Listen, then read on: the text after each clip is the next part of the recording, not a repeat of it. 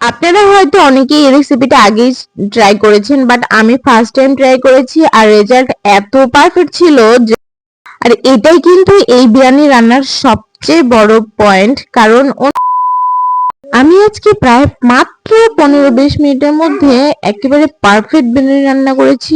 এই রেসিপিটাই আপনাদের সাথে শেয়ার করব। আপনারা যদি আমার চ্যানেলে নতুন হন তাহলে অবশ্যই আমার চ্যানেলটি সাবস্ক্রাইব করে দিবেন, আর যারা আগে থেকে সাবস্ক্রাইব করে রেখেছেন তাদেরকে অসংখ্য ধন্যবাদ।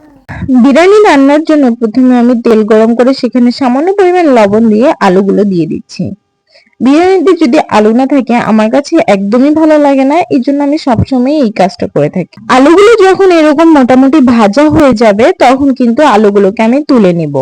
আর আমি ঢাকনা দিয়ে ঢেকে রেখেছিলাম, এতে আলুটা 50% সিদ্ধ হয়ে গিয়েছে। এখন আমি সামান্য পরিমাণ মুরগির গোশত ভেজে নেব। আমি যেহেতু এখানে ব্রয়লার মুরগি ইউজ করছি, এই গোশতটা না ভাজলে ভালো লাগবে না, তাই সুন্দর করে ভেজে নিলাম। গোস্তটা এখন আমার এই পর্যায়ে একদমই ভাজা কমপ্লিট। আমি এখন গোস্তটাকে তুলে নিব।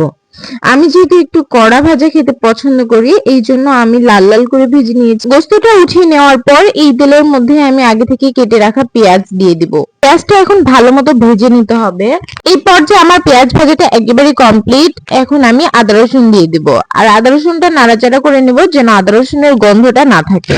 দেন পানি এড করে দিব আর খুবই সামান্য কিছু মশলা এড করে দিব। তো দেখি এখানে কি কি মশলা দিচ্ছি। সামান্য পরিমাণ মরিচের গুঁড়ো দিয়ে দিলাম, আর এই যে রাঁধুনি বিরিয়ানি মশলাটা দিচ্ছি, এটা আমি 2 চামচ পরিমাণ দিলাম, যেহেতু আমি খুবই সামান্য পরিমাণ বিরিয়ানি রান্না করব। এখন ভালো মতো মশলাটা কষিয়ে নিতে হবে। ভিডিওর এই পর্যায়ে এসে যারা এতক্ষণ পর্যন্ত আমার ভিডিওটি দেখছেন তাদের সকলকে ধন্যবাদ জানাচ্ছি।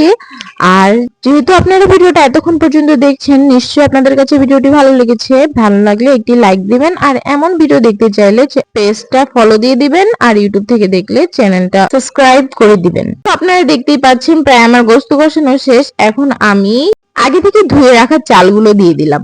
আর এটাই কিন্তু এই বিরিয়ানি রান্নার সবচেয়ে বড় পয়েন্ট। কারণ অন্যান্য ক্ষেত্রে আমরা চালগুলো ভেজে দেই, আর এই ক্ষেত্রে চালটা ভাজবো না, গোশতের সাথেই দিয়ে দিলাম। আপনারা হয়তো অনেকেই এই রেসিপিটা আগেই ট্রাই করেছেন, বাট আমি ফার্স্ট টাইম ট্রাই করেছি আর রেজাল্ট এত পারফেক্ট ছিল যে তাই ভাবলাম এত সুন্দর একটা রেসিপি কেনই না শেয়ার করব আমার ফ্রেন্ডদের সাথে, তাই শেয়ার করে দিলাম। তো চালটা ভাজা হয়ে গিয়েছে, এখন আমি পানি এড করে দিয়েছি আর সামান্য পরিমাণ দুধও দিলাম, আর আগে থেকে ভেজে রাখা আলু কাঁচামরিচও দিয়ে এখন ঢাকনা দিয়ে ঢেকে দিব।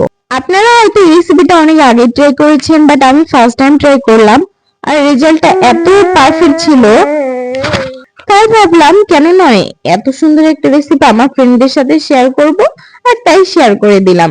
আপনাদের কেমন লাগলো অবশ্যই জানাবেন। বাসায় একবার হলেও ট্রাই করবেন।